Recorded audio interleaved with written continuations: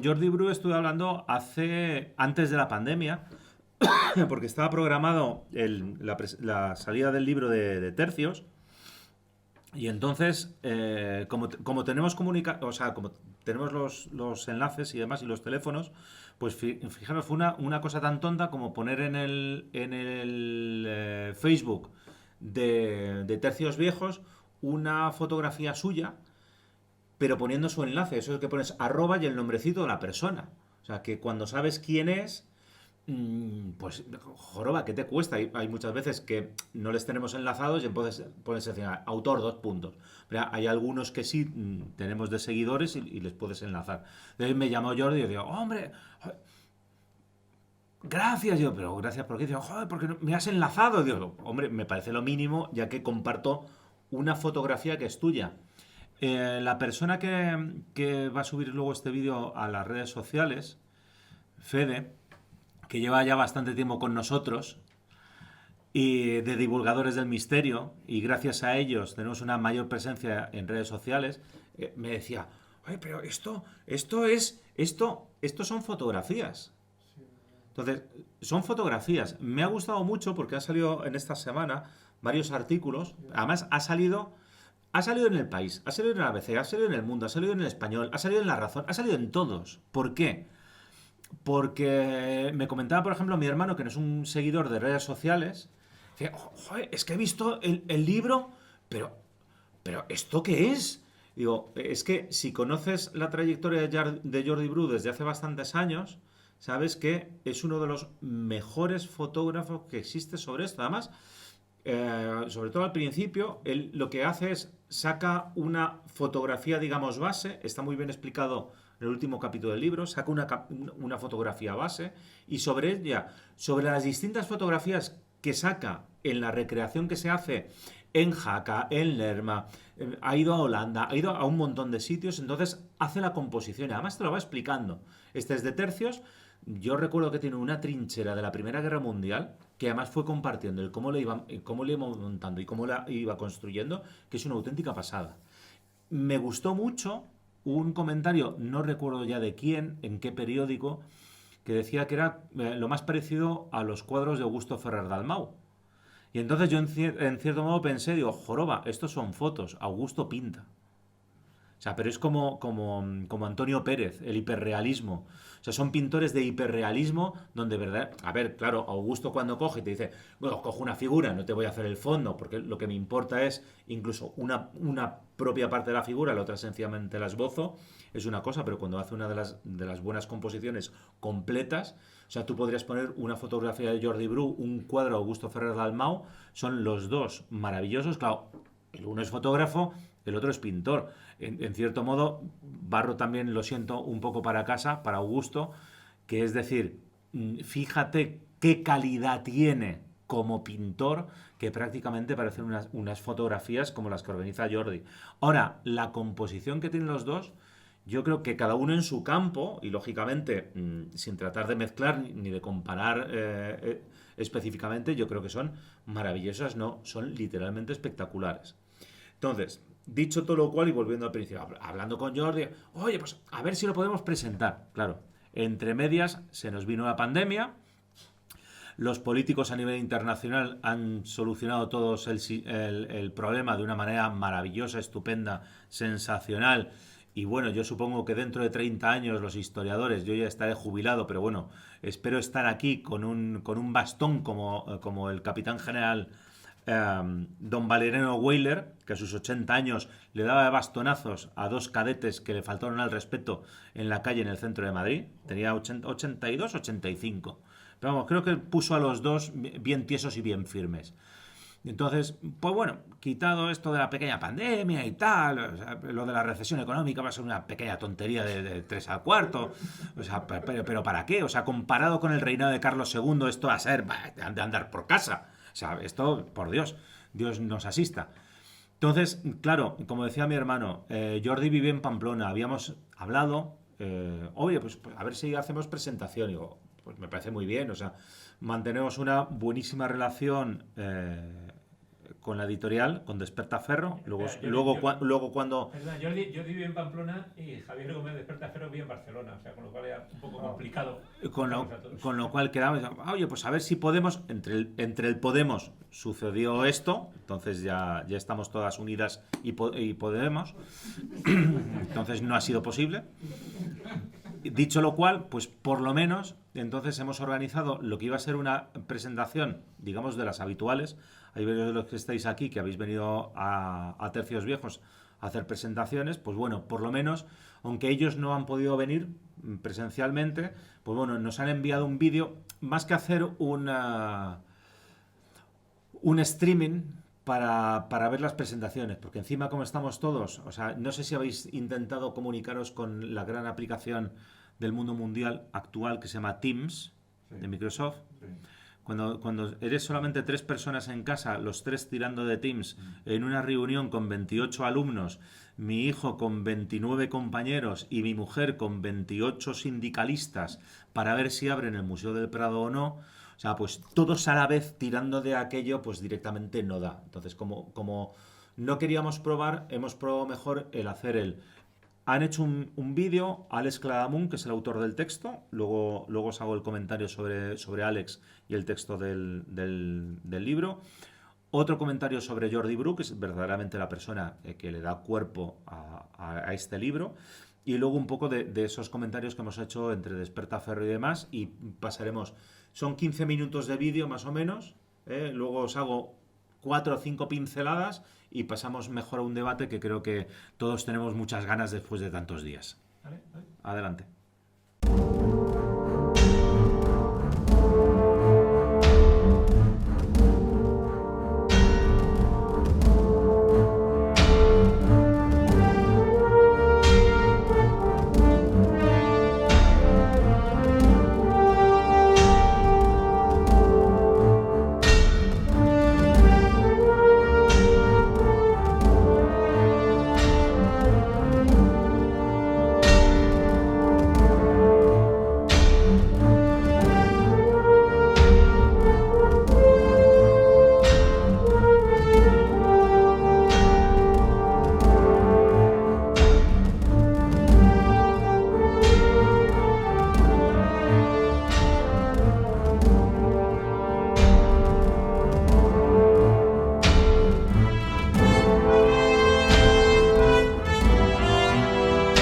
Hola, ¿qué tal amigos lectores de Despertaferro?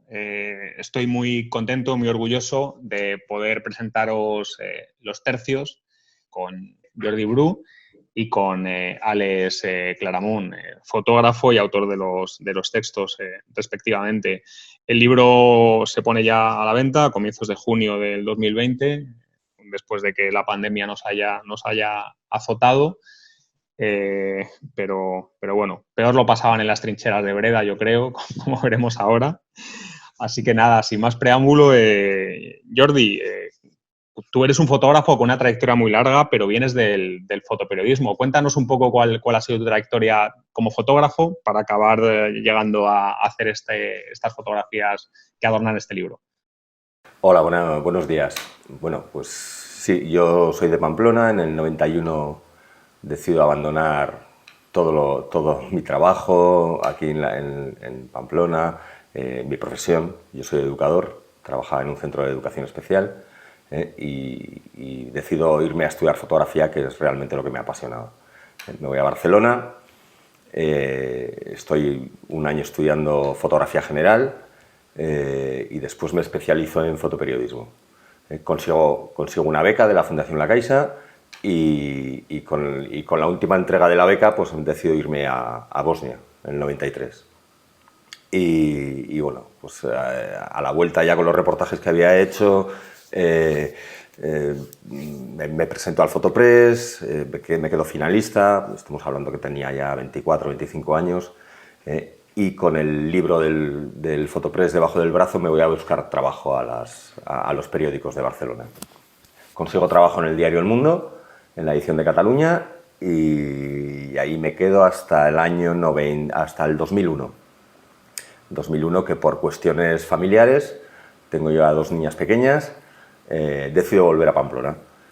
y empezar de cero otra vez. Entonces es una etapa en la que estoy trabajando para diferentes revistas, nada que ver con el fotoperiodismo diario, sino reportajes un poquito más amplios, trabajando ya en formato pues, diapositiva y un poco reportajes más amplios, ¿no? Lo que te digo. Y para una editorial de Bilbao, que es Editorial SUA, y nada, trabajo haciendo reportajes. Compaginándolo a la vez con fotografía de arquitectura, con fotografía pues de publicidad. Ya me toca el cambio ya también trabajando el paso del analógico al digital, que nos pilló casi todos los fotógrafos en la misma época. Mi formación es en analógico y entonces me tengo que buscar la vida en digital, ¿no? Y entonces casi como empezar de cero.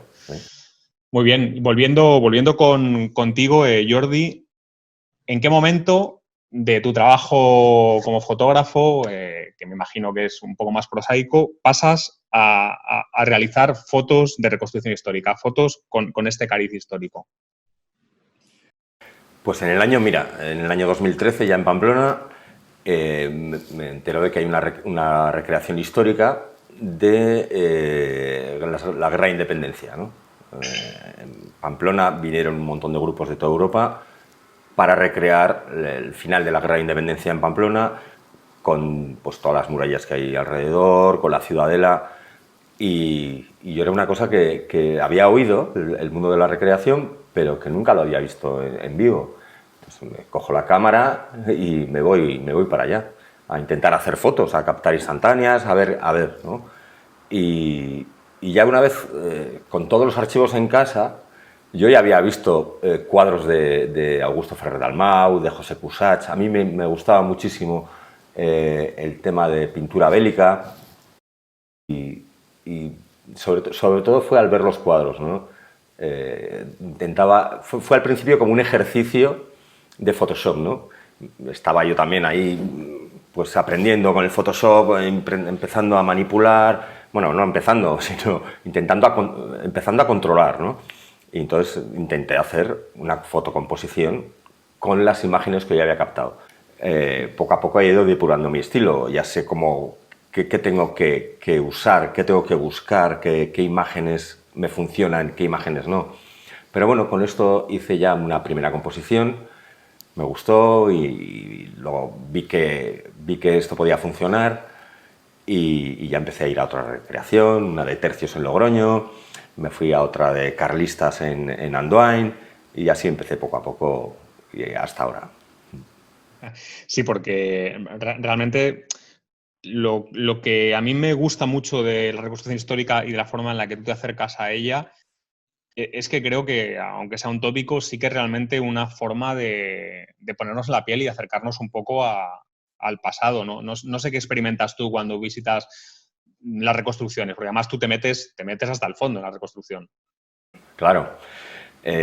Bueno, es que me tengo que meter, es que me tengo que vestir de la época que toque. Porque hay dos maneras de hacer fotos en una recreación. O te quedas en el exterior con un teleobjetivo y ves pasar la vida, ¿no? Ves pasar los soldados por delante, pero no te metes dentro. Y la segunda manera es vestirte para no llamar la atención, no fastidiar las fotos a los que están fuera y con el angular hacer fotos desde dentro, que es un poco lo que pretendo yo con mis imágenes, ¿no? Es introducir al espectador en medio de la acción, que es un poco una de las características que tiene mi fotografía, ¿no? ¿No había alguien que decía que si la foto no era buena era porque no estaba lo suficientemente cerca? Bueno, sí, creo que era Cartier-Bresson, ¿no? Sí. Pues efectivamente, la única manera de que la persona que ve la foto piense que está dentro es metiéndote tú. Si lo haces desde fuera, también el espectador va a tener la sensación de que está fuera, ¿no? De que está viendo todo a través de una ventana. Yo quiero que la gente esté, si es un cuadro de Picas, que sea uno de los piqueros, ¿no? Y yo creo que lo consigues. Hablando de cuadro de Picas, simplemente la cubierta del libro, Claro. con, por ejemplo, esta moarra entrando por este ángulo, Eso es. por el punto de fuga, es que da miedo. Parece que te van a atravesar, te Claro. metes dentro. Claro, y aunque son fotocomposiciones, sí que parto de una primera imagen en la que te introduce. Luego ya los diferentes planos los voy colocando, ¿no?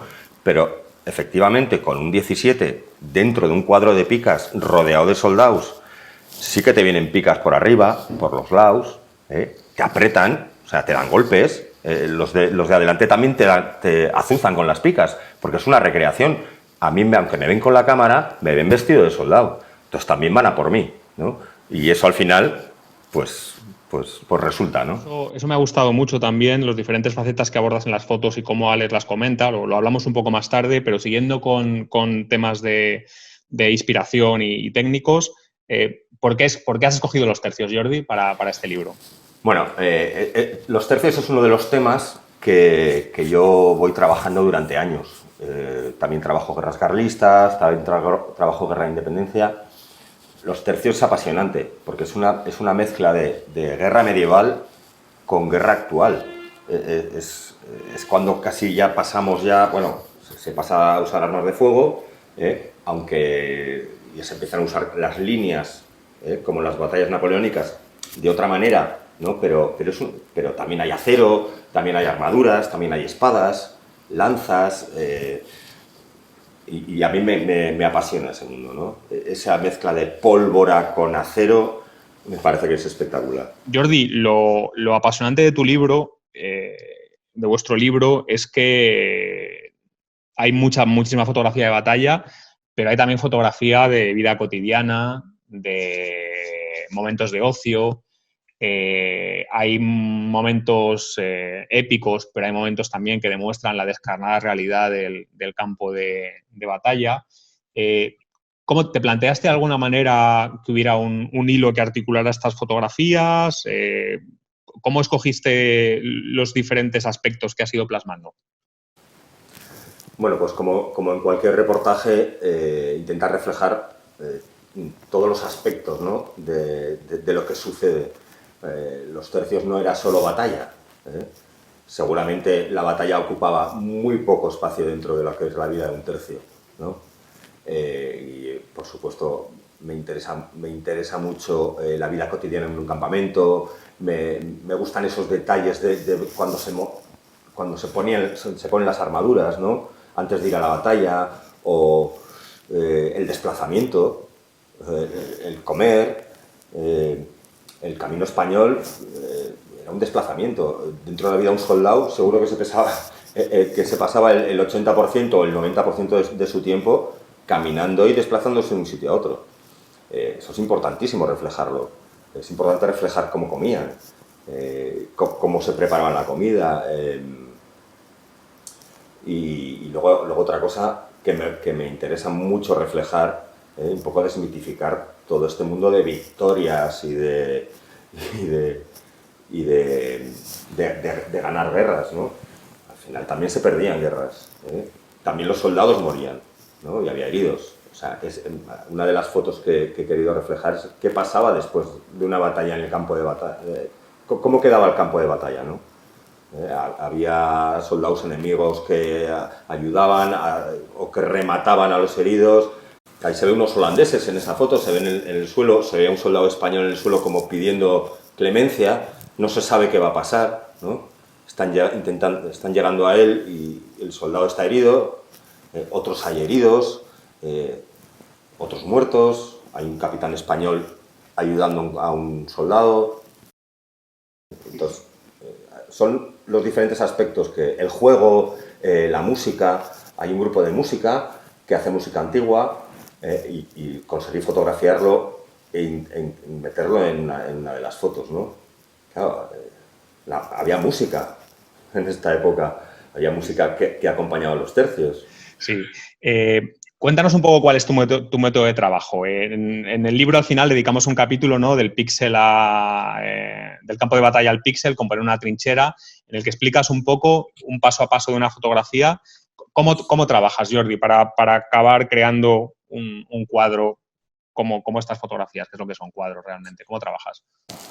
Pues mira, hay muchas veces que preparo la composición en casa, ¿no? O sea, me la imagino, me hago un pequeño esquema, veo lo que tengo de lo que tengo ya reflejado en otras composiciones que he hecho y lo que me falta. Por ejemplo, me puede faltar igual vida cotidiana o me puede faltar marcha o caballería, por ejemplo. Y digo, pues tengo que hacer, tengo que ir a buscar en concreto esto que me falta. O me falta, por ejemplo, este año en Groll sabía perfectamente que me faltaba un ataque a una posición de artillería.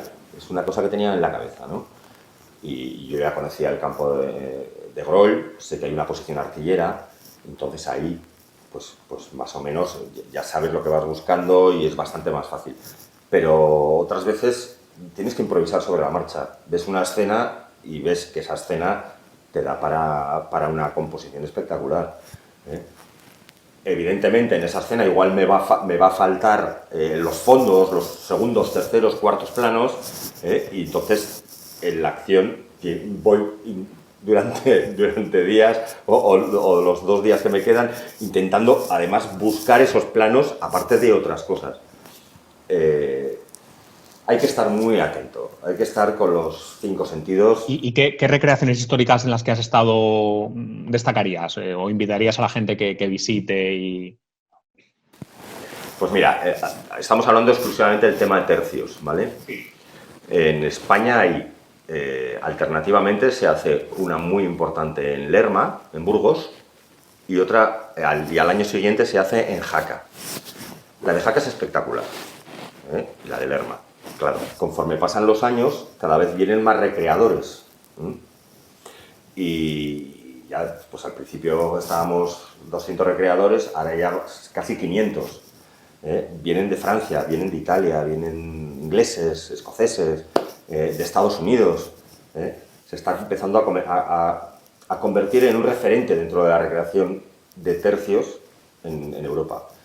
Luego tenemos la más importante a nivel europeo, que es Groll, que se hace en Holanda, que ahí ya nos juntamos 1700 recreadores, campo de batalla gigantesco, una batalla de 3 horas, con caballería, artillería, trincheras, esa luz, lloviendo, todo nublado. Para mí es perfecto a la hora de fotografiar. Y luego también en España tenemos Padules, en Almería, que es una recreación que recrea la época de los moriscos. También es algo diferente, porque siempre nos imaginamos a los tercios en Europa, pero aquí es contra los moriscos, ¿no? Contra turcos también, que hay grupos que recrean turcos, también es espectacular. Esas son las recreaciones que más son las referentes, ¿no? Las referentes. Y hay alguna foto que es fascinante. Por ejemplo, Jordi, quiero que nos cuentes el proceso de creación de la fotografía que recoge el Milagro de Empel, que además es un momento icónico para la infantería española. Sí. A ver, lo que hay siempre detrás de un cuadro, de una imagen de la fotocomposición, es una idea. O sea, eso es fundamental, tener una buena idea que plasmar luego en un cuadro, y eso Ferrer Dalmau es el mejor. O sea, el momento en el que los soldados encuentran la tabla con la Inmaculada, joder, eso es brutal, ¿no? A mí me encanta la idea de tener eso. Entonces, bueno, yo ahí quería reflejar esta batalla, pero yo decía, joder, lo que no se ha hecho es el momento en que las tropas españolas, a través del río Helado, atacan los barcos holandeses. No sé si... bueno, eso es lo que cuenta la leyenda. Desde el punto de vista histórico, no sé si es muy real. Alex nos lo puede decir, para desmitificar un poquito todo. Pero bueno, a veces hay que hacer caso, sobre todo los que trabajamos con la imagen, en estas cuestiones un poco más fabulescas, ¿no? Que dan ideas.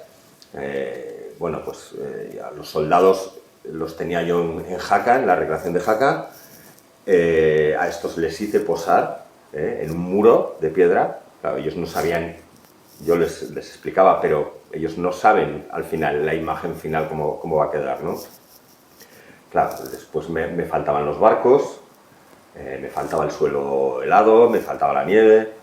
Esta foto ha estado como 2 o 3 años en mi ordenador a falta de barcos que me sirviesen para para introducir en la foto.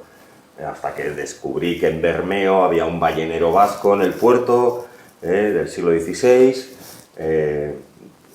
destrozado, desarbolado, tuve que hacer la arboladura con los mástiles, las jarcias y todo en otra foto, con otro barco que no tenía nada que ver con este, y bueno, pues tira para Bermeo, intenta hacer el barco, que está muy pegado al muelle, esperando que se separase un poco, otra vez por la marea, bueno, una movida.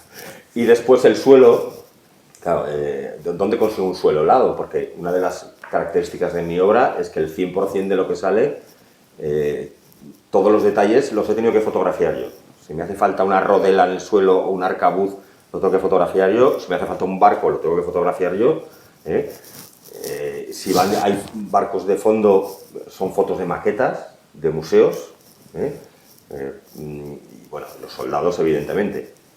Y el suelo helado. Yo en el año 2004 fui a una expedición al Polo Norte, primera expedición navarra al Polo Norte geográfico, y entre las imágenes que yo tenía eran suelos helados. Suelos helados, sobre todo suelos de...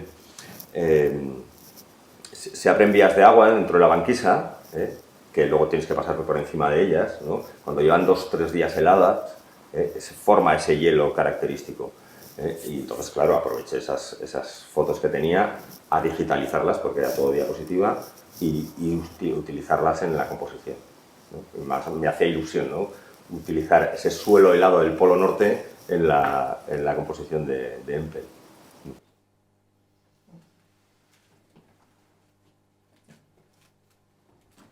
Hasta aquí. Estupendo. Hay un vídeo que he editado en YouTube, Despertaferro, de cómo hace los montajes de la... Sí, justamente al final del libro además lo tienes. Hay un capítulo que llama... déjame que te diga exactamente cómo se llama el capítulo, porque sé que viene el píxel en algún sitio, pero no sé en qué orden viene. Del campo de batalla al píxel. Componer una trinchera. Entonces es justamente una de las imágenes que aparecía en el vídeo que nos han facilitado los amigos de Despertaferro. Entonces, a ver, comentaros, o sea, un poco a nivel de introducción, y yo creo que pasamos luego al coloquio que nos va a apetecer a todos más. ¿Vale? Veréis, hay una cosa que me ha gustado, que es justamente escenas de vida cotidiana. ¿Por qué? Recuerdo, hace un porrón de años, de haber leído un libro sobre la primera batalla de Bull Run, donde un soldado confederado lo que dijo fue que él se pasó todo el día andando de un sitio para otro, de repente llegó a un lugar que no sabía ni siquiera dónde estaba, disparó una vez y le dijeron que habían ganado la batalla. Entonces, en esto de la guerra, resulta que más del 90% del tiempo que se pasa es justamente no haciendo la guerra, sino que es un momento mucho más corto. Por eso Jordi ha preparado una composición, creo que era, afortunadamente, como tengo aquí el libro, tengo chuleta, lo cual me viene muchísimo mejor. Cofradías y hermandades. ¿Vale? En las distintas charlas que he dado en más de una ocasión aquí o en el Escorial, os hablaba de los compañeros y las compañías, y esa forma que tenían los soldados de los tercios de vivir en común, de lo que sería una escuadra, un pelotón, un grupo, que de alguna manera lo ponían en común porque compartían cámara, y por eso, cámara, habitación en italiano, y por eso eran compañeros. Pero unían un fondo común, comían todos de lo mismo, tenían sus propios mozos, o sea, les suministraban, de alguna manera se autoayudaban, si llegaba algún... habéis visto a lo mejor en la película de La Triste, algún sobrino, familiar, amigo, conocido, era acogido. Pero claro, siempre pasaba la típica. Y después de la vida militar, porque claro, después de leer bastantes libros sobre tercios, memorias de soldados de tercios, el Alonso de Contreras, que es el más típico, un soldado de los tercios no espera vivir más de 30, 35 años. Es decir, pues ya que tengo que estar aquí, pues los 30, 35 años que me toque vivir, viviré lo mejor posible. Y si hay que morir, que se muera lo más honrosamente posible, pero yo no espero tener en un futuro una casa, una familia, unas tierras, vivir de aquello, sino yo he optado por la milicia, es lo mío, y es una vida literalmente distinta de la que he dejado y precisamente por eso la he dejado. Por eso me ha gustado mucho el tema de las cofradías y las hermandades. ¿Por qué? Porque, veréis, me ha gustado especialmente una referencia que se hace a aquellos soldados que quedaban de alguna manera tullidos o inválidos. Y claro, la mayor dice, una cosa son las imágenes, ahora os leo el texto, luego os hablo de quién escribe el texto. La mayor parte de los soldados tullidos se habían abocados a la mendicidad. Eso sí, los que sabían escribir se dirigían al consejo de guerra con la esperanza de conseguir algún sustento. ¿Os acordáis de Cervantes? Sabía escribir, terminó como. ¿Vale? Entonces, pero claro, si no sabes leer y escribir, ¿qué haces? Entonces, de alguna manera empezó a tomar forma, por eso una de las imágenes es justamente la que hace referencia a las cofradías y hermandades.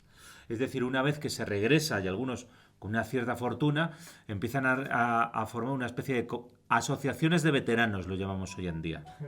¿Vale? Una serie de cofradías para que aquellos veteranos de las localidades, comarcas o lugares de donde han salido las reclutas a los tercios tengan algo para en el momento que regresen. Porque claro, cuando haces un recorrido de estas personas y ves la cantidad de partes del cuerpo que le faltan, pues entonces, claro, si no has querido ser campesino en su momento, regresar sin una pierna para ser campesino es francamente complicado. Entonces, ahí va también a comentaros el texto. El autor de los textos de este libro es Alex Lamunt. No sé si os suena, puede que sí, puede que no. A mí me sonaba y no, porque le conozco desde hace bastantes años del Foro del Gran Capitán. Pero claro, como en el Foro del Gran Capitán, la inmensa mayoría de todos los que estamos allí, lo que llevamos es un mote, un nickname, o sea, un alias. O sea, a mí me gustaba eso cada vez que la Guardia Civil detenía un etarra, detiene a para Cochochoaga, alias Paquito, ¿vale? Entonces, eso estaba muy bien. Entonces, ahora se llama Nick. Entonces, le conocía de hace bastantes años en el Foro del Gran Capitán y un especialista justamente en temas de historia moderna, tiene varios artículos publicados. Y entonces, claro, hablando con Javier Gómez, cuando tomó Alex la cabecera de Moderna, decía, es que es un chico muy joven, es que es muy joven, pero muy, muy, muy joven, ¿vale? O sea, muy joven es indignamente joven para la inmensa mayoría de los que estamos aquí. Y claro, dices, claro, ¿qué le ocurre? A ver, entre comillas, ¿qué le ocurre a un veterano? Dices, cuanto más canas tengas en la profesión donde estás y si la profesión es más expuesta, guárdate mucho del veterano porque lo que puedes saber es... Entonces, cuando tratas de temas de historia, no sabes más historia porque tengas una especie de gen elegido, sino sencillamente porque has dedicado más tiempo a leer sobre el tema, ¿vale? O sea, puedes haber estado viendo películas, jugando a los videojuegos, haciendo deporte por ahí, o sencillamente haberte pasado un montón de horas en el sofá de tu casa leyendo. Entonces, uno de los socios de Despertaferro, Javier Gómez Valero, me decía, es que estamos tomando un poco de cierto riesgo con este chico tan joven. Claro, en cuanto el chico esté tan joven, empezó allí a decir lo que había leído, el cómo escribía, lo que tenía ya publicado.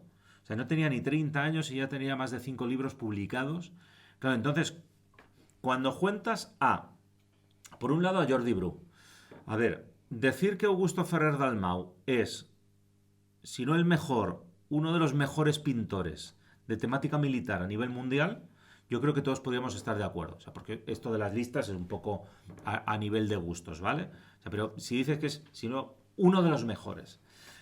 Francamente, en redes sociales sigo a muchísimas personas sobre estos temas. No conozco ningún fotógrafo a nivel mundial que se dedique a lo que se dedica a Jordi Bru. Entonces, a Jordi Bru sí le puedes decir que es el mejor fotógrafo de reconstrucción histórica a nivel mundial. Porque es que no hay nadie más que haga... Hay buenísimos fotógrafos que van a reconstrucciones históricas, que hacen muy buenas fotos, pero luego no hacen las composiciones que hace él, ¿vale? O sea, que sería como dos campos distintos. Una cosa es que hagas muy buena foto, que luego le pasas unos filtros, como decía Jordi, un poco de Photoshop, ¿vale? Pero esa composición, el cómo se llega de la foto base a la foto final, sinceramente no conozco a nadie y sigo un montón de gente en redes sociales que lo tenga. A eso le sumas los textos de Alex Claramunt, que directamente lo que han hecho en el libro es como si fuera una imagen con un breve artículo sobre el tema. Entonces tenéis el de cofradías, tenéis el de vida cotidiana, tenéis uno de los que me encanta, que es las encamisadas, la mala guerra, el choque de picas. Entonces el uso de caballería, el uso de artillería, es un poco variado. Es un libro básicamente para disfrutar mucho, no muchísimo, de lo que son las imágenes, pero desde luego os puedo asegurar que el texto verdaderamente no desmerece en nada a lo que son las imágenes de Jordi Bru. Además, me viene muy bien este libro porque ya está, como decía también en el vídeo el autor, para desmitificar un poco. No hay un himno de los tercios, no existe. Es maravilloso, es estupendo, nos puede gustar mucho, lo hemos visto en YouTube, pero fue para una serie que se llama Águila Roja. Entonces le pidieron a un músico que compusiera un, comillas, himno de los tercios. Por eso está muy bien una de las imágenes que tiene Jordi donde te aparece la música, pero es una música renacentista. No hay un himno de los tercios. Los tercios no tenían uniforme. No hay un uniforme de los tercios. Vestían exactamente igual como estamos aquí. Cada uno de su padre y su madre en modelo siglo XXI. Entonces, aquello era modelo siglo XVI. Intentabas vestir lo mejor posible, pero prácticamente desde época romana, permitirme los saltos históricos y sin hacer puntualizaciones, ¿vale? Pero más o menos, desde Imperio Romano hasta siglo XVIII, los estados no suministran ni equipamiento, ni mucho menos uniformes a sus tropas. Se las pagan ellos, les dan dinero para que ellos se uniformen. Y tercero, no existe una bandera de los tercios. Y sobre todo esa bandera que tenemos ahí, que podéis ver, eso no es la bandera del tercio de Spínola. Spínola no tenía tercio. Hoy en día sería como la traducción como capitán general de los ejércitos del rey en Flandes. Lo que sí existía era, que también viene uno de los capítulos del libro dedicado a lo que son banderas. Por supuesto, las banderas no se arrastrarán por el suelo, o sea, ya les vale, o sea, como alguien dejara un trocito de bandera arrastrar por el suelo, era delito de lesa majestad. Es decir, pero ¿por qué tenemos esa bandera? Veréis, esa bandera tiene su explicación. Aparece en el cuadro de Velázquez, en la rendición de Breda. Entonces, en la parte de la derecha del cuadro de la rendición de Breda aparece exactamente esa bandera, cuartos blancos y azules, con una espada de Borgoña. La inmensa mayoría, que no todas, las banderas de los tercios, solían utilizar el aspa de Borgoña, la de San Andrés, desde tiempos de Carlos V. Sí o no, podían utilizar el águila imperial, podían utilizar una virgen, la que ellos les apeteciera y ellos desearan. Es decir, se confeccionaban de tamaños distintos, como bien indica en el libro Alex. O sea, desde 24 varas hasta cerca de 40. Es decir, el tamaño, cada uno el tamaño que quisiera. Lo que sí ocurría es que el maestre de campo de cada uno de los tercios tenía su propia compañía. Su compañía tenía bandera y se daba porque era la bandera de la compañía del maestre de campo, por lo tanto la bandera del tercio. Pero entonces, claro, Spínola, pues no tenía compañía, no tenía tercio, no podía tener bandera. ¿Por qué nos ha llegado a lo largo de la historia? Pues como aparece en el cuadro de Velázquez, y es la rendición de Breda, y está Spínola, y allí al fondo se ve la bandera, pues la bandera del tercio de Spínola. Vale, con lo cual, estos libros vienen muy bien, no solamente por lo que son las imágenes, me gustaba mucho un montón de comentarios al respecto del libro en los distintos periódicos, porque por primera vez se pueden fotografiar los tercios. O sea, Augusto los ha pintado. Estos son fotografías. Fotografiado, haces la composición. Y por último, para terminar, y ya pasar a la parte de coloquio, deciros que yo, veréis, hace no muchos años, ¿tres? La reedición del libro de Pavía Rocroi de Julio Albi, que lo hizo Despertaferro. Pues como estaba en el Gran Capitán, preguntaron que quién quería hacer una reseña. Pues yo quiero hacer una reseña. Reconozco que de tercios a lo largo de mi vida he leído poco, no poquísimo. Yo he empezado a leer de tercios ahora 3 o 4 años. De hecho, cuando terminé la tesis doctoral, que no tiene nada que ver con tercios, porque es el ejército español de posguerra durante la Segunda Guerra Mundial. O sea, que de ver no tiene que ver nada. Me gustó tanto el libro que empecé a leer de tercios. Esto, lo otro, un montón de tercios. Bueno, para deciros que este libro en concreto, para mi gusto, tiene lo que yo llamo un sello Despertaferro. ¿Por qué? Porque los autores son muy buenos. Si son traducciones, los traductores son muy buenos. Es que cuando ahora alguno de vosotros os recomendaba en la parte de arriba de la tienda un libro de estrategia de Lawrence Friedman, me encontré con un tipo y dije, joder, lo que sabe sobre mundo griego y tal, a ver si hay algún libro traducido y tal. Digo, no me fastidies, lo tiene traducido Despertaferro. ¿Vale? Entonces, es un editorial que cuida mucho el formato, que publica y sobre todo los textos que publica. O sea, creo que fue ayer, vino una chica jovencita que desgraciadamente se me va a echar a perder porque parece que quiere estudiar historia del arte. Pero bueno, ¿qué le vamos a hacer? Para gustos los colores. Eso sí, se llevó una revista de Despertaferro de Napoleón en Egipto. Y entonces coincidía en que sí le gustaba mucho, que estaba muy bien. Y le decía, es que los textos de Despertaferro son muy buenos.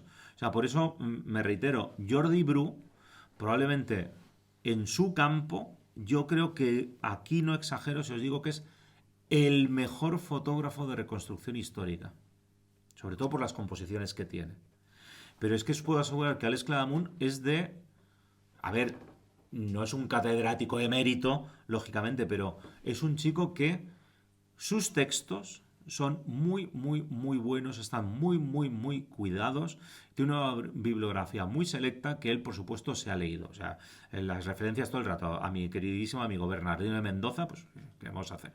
O sea, le tengo cierto cariño, ¿vale? Entonces, yo personalmente, ahora sí os puedo decir, que ayer me preguntan, ¿y este libro sobre no sé qué? ¿Te lo has leído? Este todavía no. Este sí me lo he leído, ¿vale? Para dar la charla. Y este sí me ha gustado.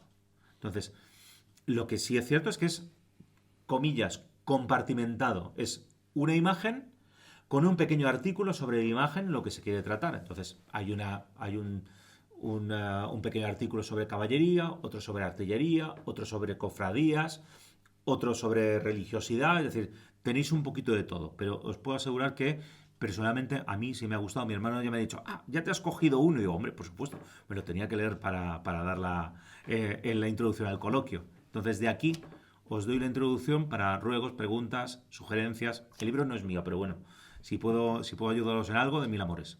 En un momento, al principio habéis comentado que hay un vídeo en algún lado donde se puede ver la composición, cómo trabaja las fotografías. Al final del libro tienes un capítulo. Yo es que como a Jordi Bru le he seguido fundamentalmente, lo diré a través de Facebook, que cada vez me gusta menos. Sí. Pero bueno, como total, supongo que no lo publicaremos este vídeo en Facebook, pero supongo que sí. Entonces, te va haciendo sobre una fotografía inicial el cómo lo compone. Entonces, yo es que recuerdo de Jordi haberle visto distintas fotografías de recreación pero luego le veía el resultado final y hubo una que fue compartiendo de poco a poco de cómo montaba una trinchera de la Primera Guerra Mundial.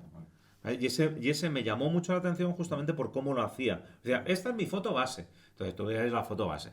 Y luego iba añadiendo figuras. Y entonces te joder, macho.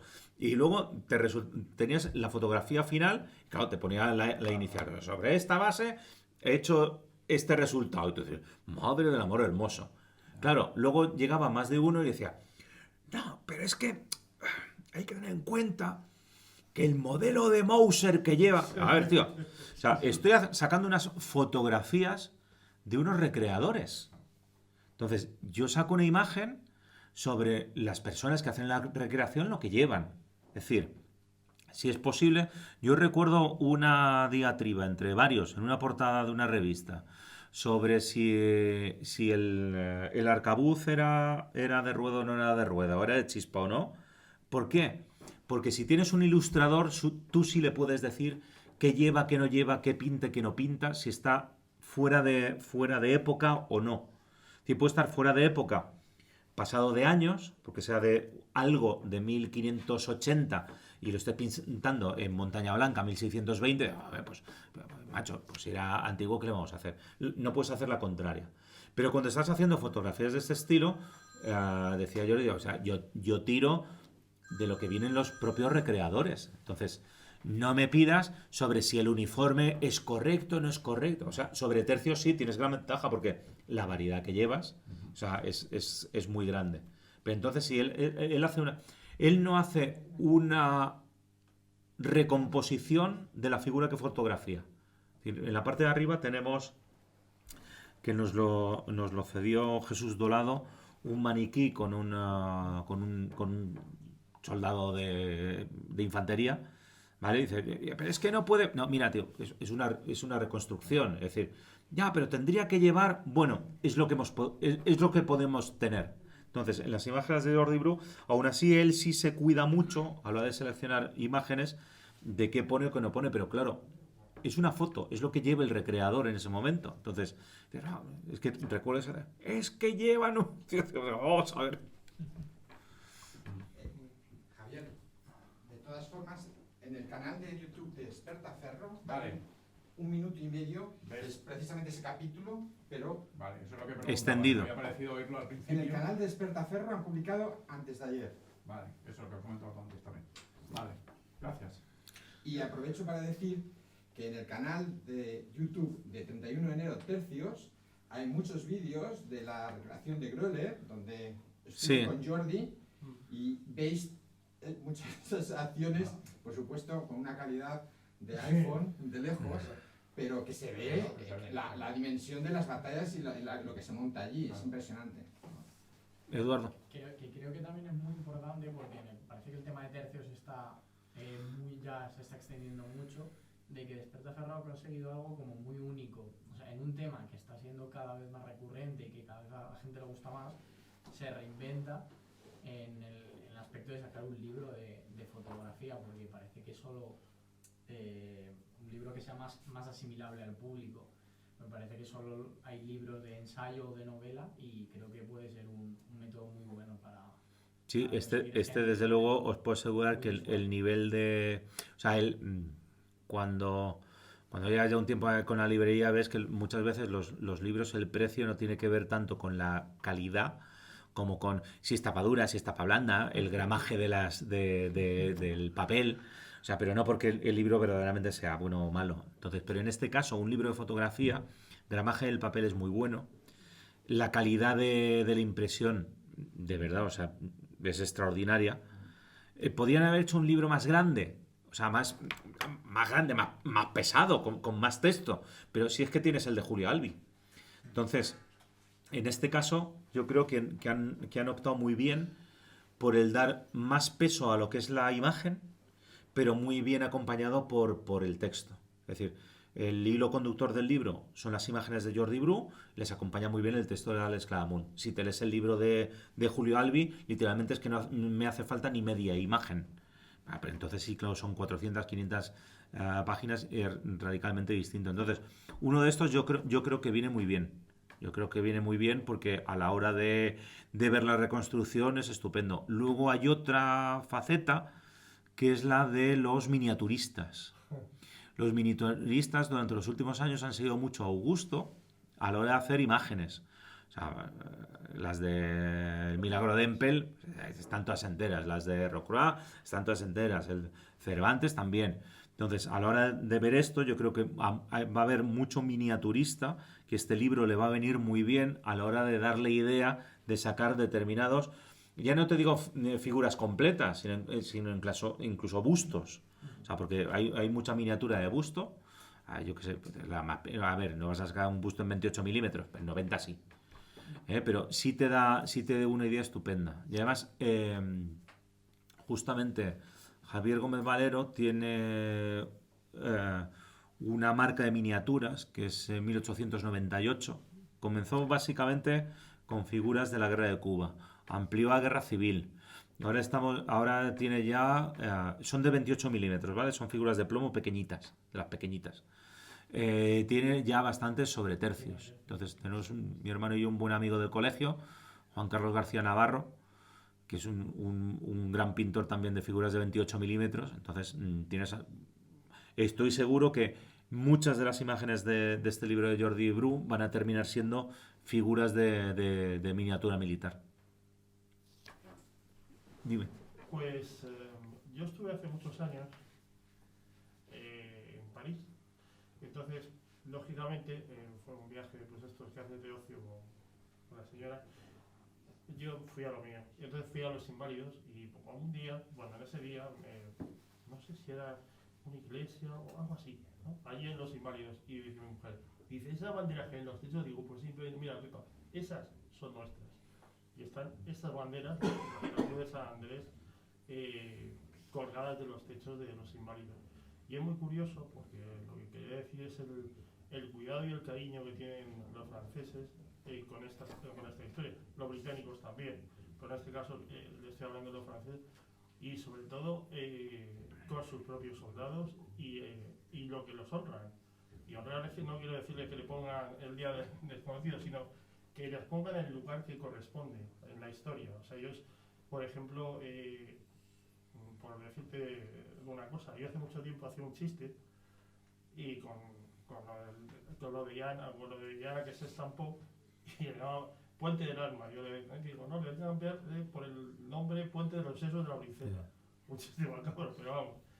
Y entonces, leyendo muchos años después, averigüé que el Alma era una batalla que los franceses libraron en Crimea. Sí. Cosa muy curiosa, pero quiero decirle que es impresionante el cuidado y el amor que tienen con estas cosas. Aquí no lo he visto. Aquí no lo he visto, salvo los presentes y en algunos que otros foros, por supuesto el Real Capitán, no se ve en la sociedad, más bien vamos un poco al contrario. No sé por qué, quizás sean los tiempos. Bueno, aunque nos salgamos del libro, me va a permitir una cierta licencia, que es como cierto gobierno autonómico que prefirió que no fueran desinfectadas varias residencias de ancianos porque lo iba a hacer la UME. Entonces, como eso quedaba muy fascista, opresor, pues entonces preferían que no. Vale. Entonces, que lo encontremos en España, lo dudo. Que lo vayamos a encontrar en España dentro de unos años, lo dudo mucho más. Cuando montamos Espacio Tercios Viejos,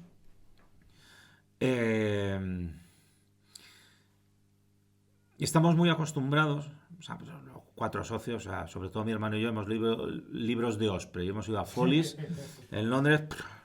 O sea, yo recuerdo cuando estuve en Londres con mi mejor amigo de la universidad, que es un auténtico friki de la historia del arte.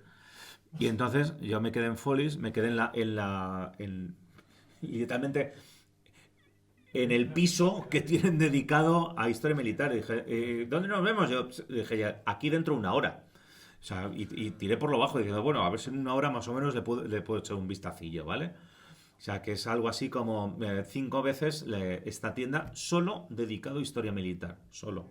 O sea, y luego es un edificio de 4 o 5 plantas que es todo historia. Sí, entonces, el antiguo, lo han cambiado. Sí, el antiguo. Entonces, el mundo anglosajón, incluso los franceses, tienen mucha costumbre. España no. En España, como digas que eres historiador, sí. ¿Cuál es tu especialidad? Historia militar. ¿Y de qué has hecho la tesis? El ejército de Franco 1939-1947. Virgen Santa. Porque eres... Me lo decía mi directora de tesis, mi primera directora de tesis, que era muy amiga pues, bueno, ella estaba casada con uno de su cuñado, fue un ministro de Felipe González. O sea, estaba muy vinculada al PSOE. Y ella hizo un estudio, o sea, su tesis doctoral iba sobre la dictadura de Primo de Rivera, el directorio militar. Dice, hombre, Rafa, al final hasta le cogí cariño y todo. O sea, pues cuando investigas tanto tiempo sobre el mismo personaje, pues al final te... Pero claro, aquí en España te dice, la historia militar, pero ¿qué es eso? O sea, si tienes una alcaldesa que cuando va las Fuerzas Armadas a una feria le dice que allí no pintan nada. Entonces, claro, que de alguna manera, en un mundo como el que tenemos hoy en día, donde le haces una pintada a Winston Churchill, Sí, eso es. tiras dos estatuas de un norteamericano que fue uno de los primeros abolicionistas y un francés que directamente encabezó el movimiento abolicionista en Francia, pues yo qué sé, el día que se enteran que George Washington tenía esclavos, no sé qué va a pasar. Entonces, cuando tú hablas de esta serie de cosas, verás, es que nos hemos metido en un mundo donde, donde desgraciadamente nos hemos vuelto una cosa. Es decir, si tú llevas la bandera española, eres de derechas. Pero si eres feminista, eres de izquierdas. Entonces, no puedes llevar una bandera española, ser feminista y ser de otra cosa. Entonces, cuando tú hablas de historia militar en España, todavía no está asociado, que no deja de ser de hablar de historia. Es como hablar del barroco. O sea, si yo hablo de tercios, no tendría que ser ni de un lado ni del otro. Tendría que hablar de tercios, de Casa de Austria, del siglo XVI. Yo, claro, pero si luego haces una pintada sobre Ponce de León en Miami, es que Ponce de León despreciaba a los indígenas. Pensaba que no eran seres humanos, pero bueno, que era un señor del siglo XVI, no del siglo XXI. Y luego, en historia tenemos una cosa que se llama historia comparada. ¿Había algún europeo en 1513 que pensase una cosa distinta que Ponce de León o más avanzada? Esa sería la pregunta, ¿vale? Entonces, por eso cuando haces... Y ahora ya, volviendo al tema del libro, cuando ves estos libros, ves las cofradías, ves los valores, ves lo que tienen, es un mundo distinto. Es un señor que no quiere ser campesino, porque a lo mejor dentro de 15 años se muere de hambre él y toda su familia, y dice, para el tiempo que tengo en este mundo, que son 30-35 años, prefiero hacer la guerra en la milicia. Y si me sale bien, estupendo, y si no, pues que me quiten lo bailado, punto, ya está. Yo creo que de todas formas en esta cultura de hoy, en esta sociedad de hoy, en esta nación, España, como queráis llamarla, país o como cada uno, nos va a pesar de por vida la famosa guerra civil, nos va a pesar siempre derechas e izquierdas. Eso es una cosa que en otros países han tenido la guerra de independencia y siguen amando la bandera y la llevan y ojito con la bandera. Y otra cosa que decía mi padre hace mucho, que en paz descanse, decía que estamos viviendo la cultura del ignorante. Ah, bueno, eso sí. O sea, es decir, una persona que no conoce critica, se adelanta. En lugar de conocer y de estudiar y de leer, hay muchísimas cosas que hoy en día evitaríamos, muchísimos problemas y debates insulsos, sin conocimiento, de los que tenemos un cierto conocimiento sobre algunos hechos de la historia. Eso nos llevaría a conocer, pues desde la arquitectura, desde la historia, de tantas cosas, que nos irían las cosas de otra forma completamente diferente. Verás mi grupo friki de amigos, la guerra civil es la cuarta guerra carlista. Tuvimos 3 en el 19. Los tradicionalistas carlistas estuvieron en la cuarta del siglo XX. En el siglo XX tuvimos una, en el 19 3. Si queréis calificar la guerra de independencia también como guerra civil, que podría, muy entre comillas, dentro de un conflicto más grande, incluso podría ser otra. Luego, en cuanto a leer, somos rara avis, iremos a desaparecer. Esto de los libros, ahora nuestros jóvenes ni siquiera ven películas de cine, ven series. Claro, mi mujer de hecho me regaña porque como se me ha ocurrido cambiar el formato de Movistar y tal, ahora tengo Netflix. Entonces en Netflix tenéis una cantidad de series que aquello es abominable, no, o sea, es maravilloso. Pero claro, entonces, si te pones a ver una serie, no estás leyendo. Porque claro, si no lees, tu grado de conocimiento no es profundo. Ya como decía, los periodistas, ¿qué son? Son como los lagos. Es decir, son muy extensos y tienen una profundidad muy cortita. ¿Por qué? Porque trato un montón de temas, pero no puedo tener una cierta profundidad. Entonces, está muy bien que tú puedas ver una película, ver una serie, hasta ver fútbol y sálvame un rato. O sea, bueno, pues vale. Por ver un rato, o sea, por perder el tiempo, vale. Pero lo de sentarte en un sofá, abrir un libro, leer lo que allí está escrito, que encima tenga una bibliografía y que luego además te quieras buscar parte de esa bibliografía, a ver si te la puedes leer para tener más conocimiento, lo siento, cada vez hay menos. Ojo, cada vez hay menos y vamos a ponernos, estamos en el siglo XXI y el siglo XVI. El siglo XVI, con suerte, sabía leer el 5% de la población. Y estamos tirando muy, muy por lo alto, ¿vale? En el siglo XXI, en las sociedades occidentales, sabemos leer y escribir un 97,9%. Ahora, que te sirva para algo más es un poco complicado. Entonces, por eso yo creo que los libros es una fuente muy buena para que no tengas ese conocimiento de lago. Es decir, tú ves muchas noticias, ves mucha fotografía, ves mucho titular, si acaso llegas a leer el encabezado en negrita, pero desde luego lo que es leer el artículo completo es muy difícil. Entonces, yo creo que viene muy bien. Por ejemplo, este es un libro que es mucho más visual, pero sin embargo tiene un texto muy cuidado. Un texto que te invita a leer sobre otra serie de cosas. O sea, si te gustan los tercios, pues te invita a leer sobre otra serie de temas. Anda, oye, pues esto no lo sabía. Pues voy a leer a ver si puedo encontrar. Oye, los tercios tenían música. Bueno, pues ya sé que no hay un himno de los tercios. ¿Qué música tenían los tercios en el siglo XVI? Al que le guste, por ejemplo, más la música. Otro que le apasione más el tema del combate y prefiera leer temas sobre rodeleros. ¿Qué eran los rodeleros? ¿Cómo se utilizaban? ¿Qué función tenían? ¿Cómo se fueron desarrollando? Dime. Ahora, 3 preguntas sobre el tema, perdona que me haya desviado. Se me están ocurriendo, por ejemplo, ¿cómo se elegían los oficiales en aquel entonces o de dónde salían? Aparte de ser amigo de, primo de... No, espera, y luego me haces las otras dos. En el siglo XVI no eres ni sargento. El sargento mayor es el único que impartía disciplina. Ni alférez. Alférez es el único encargado de portar la bandera. Ni capitán, es el que recluta a la compañía. Por ser ni amigo del presidente del gobierno, que te cree una dirección general desglosada, o sea, ni por ser amigo de la presidenta. No, es solo por veteranía. Solo, única y exclusivamente. A ver, ¿qué es que nos vamos a la guerra? ¿Qué es que nos pueden matar? Como seas el hijo de fulanito de tal y te hayas comprado la plaza de capitán, mañana nos matan a todos. Porque no tienes ni idea de qué va esto. Entonces, en los tercios había dos cosas que también viene referenciado en el libro. Una son los reformados. Reformado, sargento, alférez, capitán, que se queda sin plaza en su categoría y entonces se alista como soldado, en espera de que haya una ampliación a su categoría. Con lo cual, en eso que se llaman tercios viejos, había una cantidad de oficiales reformados notable. ¿Por qué? Porque no puedes tener una serie de capitanes enorme. ¿Qué haces con los capitanes? ¿Les dejas en casa? No, que se alisten, pero eso sí, como soldado, punto.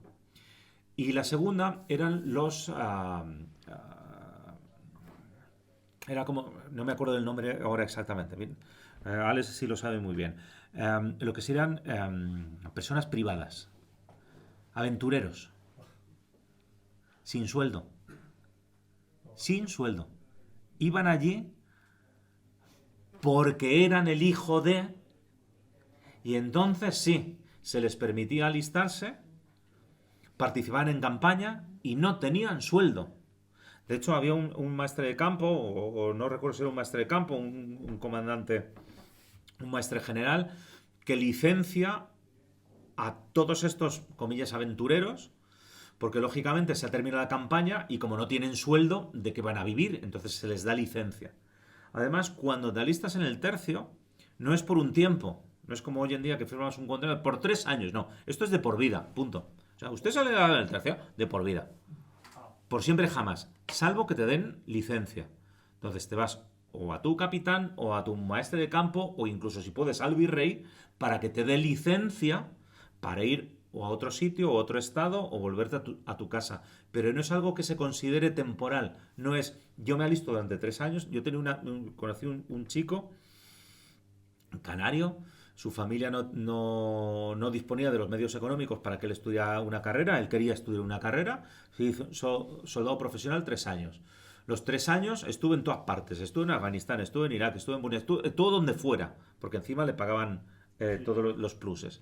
3 años después, con el dinero que había ganado, se puso a estudiar la carrera que él quería. Es decir, un soldado de un tercio no firma un alistamiento por un periodo de tiempo o por una campaña, sino lo hace a perpetuidad.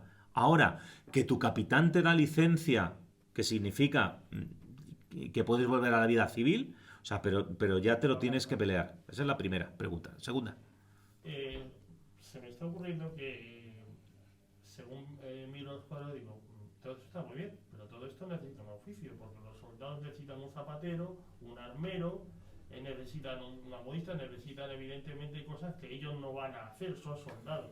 O sea, y más en una campaña, porque como le pasaba a cualquier ejército, uno sale con unos zapatos de donde salga y los zapatos no le van a durar hasta Flandes, eso lo digo yo, si van a pie, evidentemente. Entonces necesitan unos zapatos o comprarlo a la industria civil, que cosa que me parece muy extraña. Y aparte, en lo que es la medicina de campaña, en esos tiempos para la vida.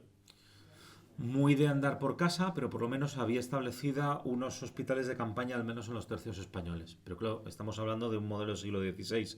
Ten en cuenta que en el siglo XIX cualquier herida de bala sobre una extremidad era literalmente amputada, porque las posibilidades de gangrena eran tan enormes que era mejor directamente amputar.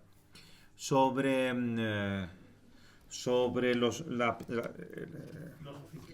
los oficios que acompañaban a los tercios,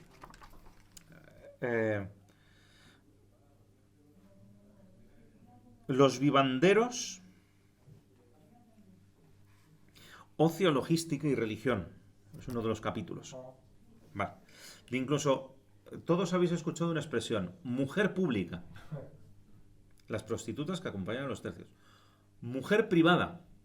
Mujer pública, retirada de ser pública, porque uno de los oficiales, capitanes o incluso maestre de campo, la ha retirado de ser pública y es su mujer. O sea, no su esposa. Es su mujer. ¿Vale?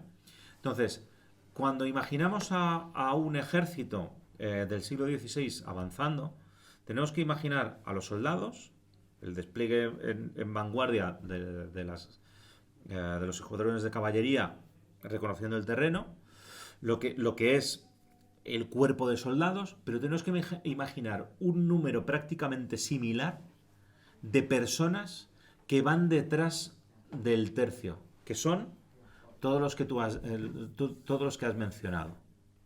A tal punto que, por ejemplo, en época romana hay una ciudad que se llama León, hay otra francesa que se llama Lyon, y las dos tienen el mismo origen. Una legión asentada en un lugar determinado durante un espacio de tiempo muy largo. Entonces esas personas que acompañan a los soldados terminan también por asentarse allí y forman una población. ¿Vale? Entonces, ¿qué ocurre? Pues, por ejemplo, pasaba que en tiempos de Felipe II, con la empresa de Portugal, se llegó al punto de, para evitar encontronazos con la población portuguesa, que lógicamente los portugueses de la época eran muy anticastellanos, que se llevase todo lo necesario para que los tercios no tuvieran que vivir sobre el terreno. En esta época lo que se hacía es que el dinero que se daba a los soldados se utilizaba también para mercadear allí. Me doy un salto de varios siglos, me doy casi 5 siglos más para allá. Cuando los soldados españoles de la División Azul llegaron a Rusia, estaban muy acostumbrados, a modo del ejército español, a mercadear. a meterte en un chozo con un grupo de rusos y en lugar de pensar que eres una raza superior, que les puedes quitar todo lo que quieras, decir, a ver, ¿tú qué tienes? Yo tengo esto, ¿qué podemos intercambiar? E incluso cuando ves que la población las está pasando todavía peor que tú, decir, pues mira, ya que duermo en tu chozo, pues por lo menos ahora comemos todos juntos. Esa idea de camarada y de compañía. Entonces, sí es cierto, claro, cuando te tiras una serie de meses, que era el peor momento, una serie de meses muy largos en un asedio de una ciudad, ahí, claro, llegabas a esquilmar los alrededores hasta grados insospechados. O sea, si tienes que mantener 20.000 bocas viviendo sobre el terreno, porque por mucho que puedan llegar suministros, poca cosa. Sí, había. Tenemos un libro sensacional de la editorial HRM, que es La logística en tiempo de los tercios. Además vino el autor cuando lo sacó, vino aquí y lo presentó en Tercios Viejos. O sea, sí existe. En la Armada Española se utilizaba lo que se llama el bizcocho. Los tercios utilizaban el pan de munición. Entonces, que lo horneabas varias veces, de tal forma que eso sí quedaba más duro que un piedra, no que un peñasco, pero tenía una gran ventaja, no cogía moho. Con lo cual lo podías llevar y podía alimentar. O sea, es que en el siglo XVI la gente comía literalmente pan con algo. El algo es lo que te podías agenciar. También se evitaba que Perdona. Yo volviendo a Jordi Blue, he tenido la gran suerte de coincidir con él en una recreación, no es del periodo de tercios, pero lo que sí voy a decir es que su forma de trabajar es absolutamente impresionante. No solamente va totalmente vestido de acuerdo a la recreación, lleva camuflada hasta la cámara, depende del momento que sea, él se hace un diseño para que la cámara esté oculta. Y luego tiene una máxima para los recreadores, que es que él está en medio de los combates y que le obvien completamente. De hecho, intenta no molestar. Vamos, yo lo he visto desembarcando de una Higgins para recrear con los recreadores del desembarco de Normandía. El tío mojándose, tirándose, totalmente camuflado, que si tú no lo tenías al lado, es que ni siquiera te das cuenta de que él está haciendo fotos. Mira, venía justamente en el vídeo que nos han dado al principio, venía Jordi justamente, me decía uno, disfrazado, como le digas a un recreador que se disfraza, o sea, de allí no sales vivo. Bueno, venía Jordi vestido de época en las distintas recreaciones. Veréis, es un poco saltando también las distancias. O sea, uno de los primeros creadores de lo que sería el reportero gráfico de guerra sería Frank Capra, que al principio de la guerra civil son posados. Lo siento mucho, hay una foto icónica de la guerra civil del miliciano abatido, cayendo el fusil, que es un posado. Lo cual no quita nada de la fotografía o lo que trata de representar, porque en aquella época se llevaba eso. A partir de la guerra civil comienza esa imagen de tomar imágenes directamente durante los combates. De hecho, ¿cómo se llama la novia de Capa? Que muere en la batalla de Brunete en el año 37 porque va colgada de un coche y hay un accidente con un T-26. Y a partir de la Segunda Guerra Mundial ya se pone muy de moda el fotógrafo que va acompañando a lo que está ocurriendo, hasta que llegamos a la Guerra de Vietnam, donde hay una película preciosa que os recomiendo, Cuando éramos soldados, de Mel Gibson, que al final de la película aparecen todos los periodistas. Entonces, cuando aparecen todos los periodistas, ¿qué ha pasado? Y empiezan a sacar fotos. Y los llegan después. ¿Vale? Entonces, la gracia que tiene Jordi justamente es esto, es que está con los recreadores y está ahí en medio, con lo cual el tipo de fotografía que puedes tener no es la de estoy 5 o 20 metros más allá con un gran objetivo allí apoyado sacando las fotos, sino que estoy metido directamente en la imagen. Sí es cierto que él siempre saca un plano general de cómo quiere hacer la fotografía y luego va componiendo las fotografías parciales que va tomando en las distintas escenas. Ahí le he visto de carlista, norteamericano, soldado de los tercios y no recuerdo qué más, al menos De 3. los tercios no ha salido. Sí, de los ¿Sí? tercios ¿Ha también. salido? Sí, sí. Sí. Sí, sí. Con capacete, además. De Segunda Guerra Mundial también ha Y de Segunda Guerra Mundial también, de americano. Una foto que le hice en octubre allí en Grole, así, de noche, muy chula. De él. ¿Alguna pregunta más? Pues dicho lo cual, avisos parroquiales. Pues si pensabais que alguno de vosotros todavía asistiréis los domingos a misa después de la pandemia, otros ya habéis perdido la buena costumbre. Entonces, al final siempre se hacen los avisos parroquiales. ¿Y qué va a pasar a partir de ahora? Bueno, aparte del apocalipsis, la semana que viene muy probablemente tenemos que decidir fecha. Noelia y mi hermano darán una charla sobre Lepanto. Estamos por ver si es la próxima semana, si es fecha de la próxima semana o qué. Pero lo que sí es que la semana que viene tendremos otra charla, probablemente esta, si no ya veremos cuál. Y en el momento que Madrid pase ya directamente a fase 3, que dicen que sería el 21-22 de junio, ya comenzaríamos a intentar retomar lo que serían las actividades dentro de lo que empieza a ser el verano. Es decir, nos fuimos con 4 o 5 todas las semanas.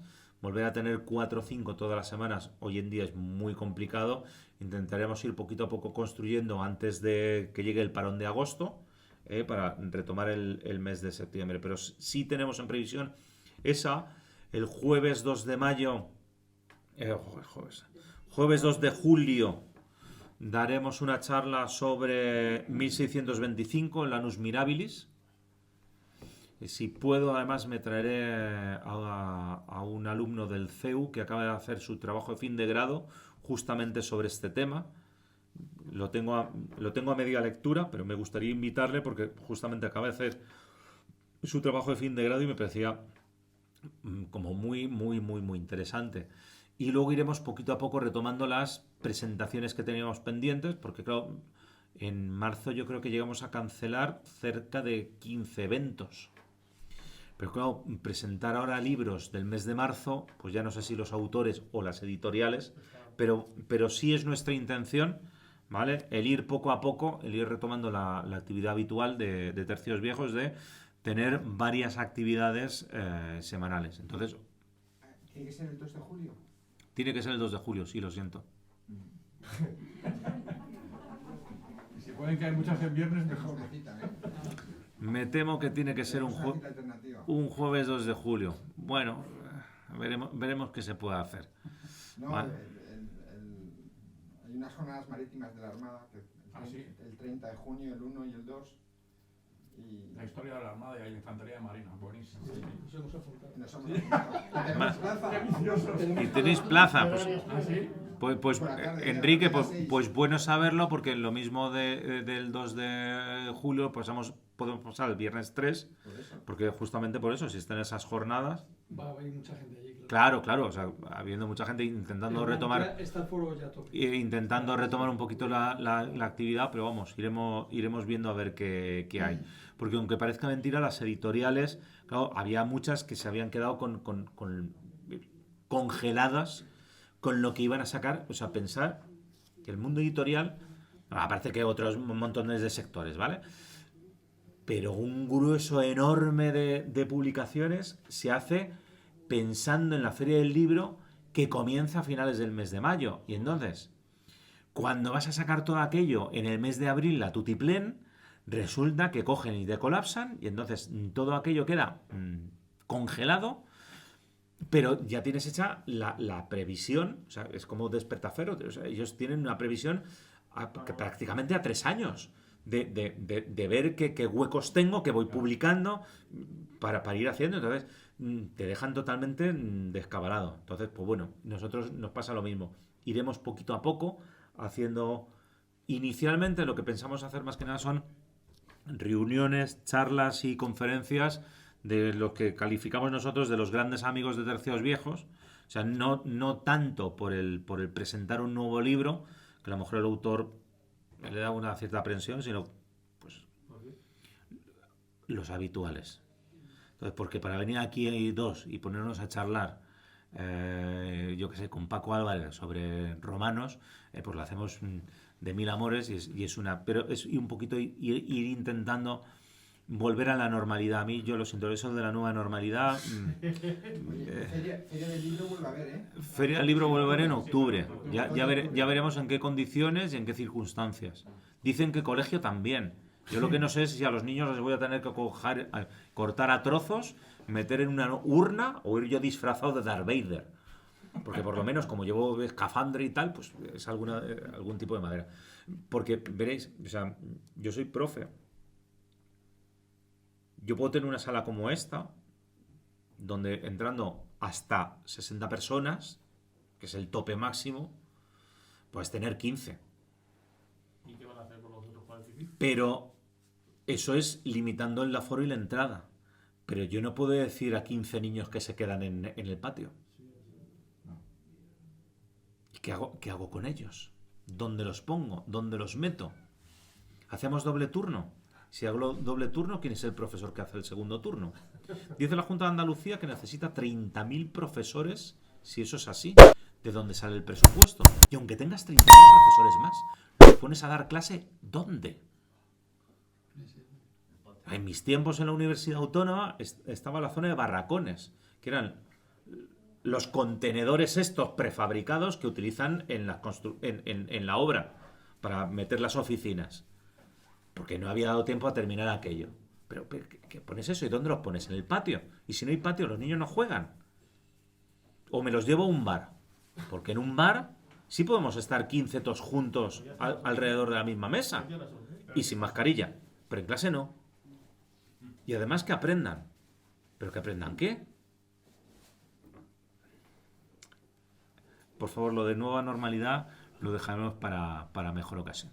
Entonces, lo dicho, pues por lo menos muchas gracias por haber venido a este primer evento de Tercios Viejos y os iremos informando, ya sabéis, redes sociales, página web, la semana que viene tendremos una, quién sabe si dos, pues ya os iremos contando de qué podemos ir haciendo.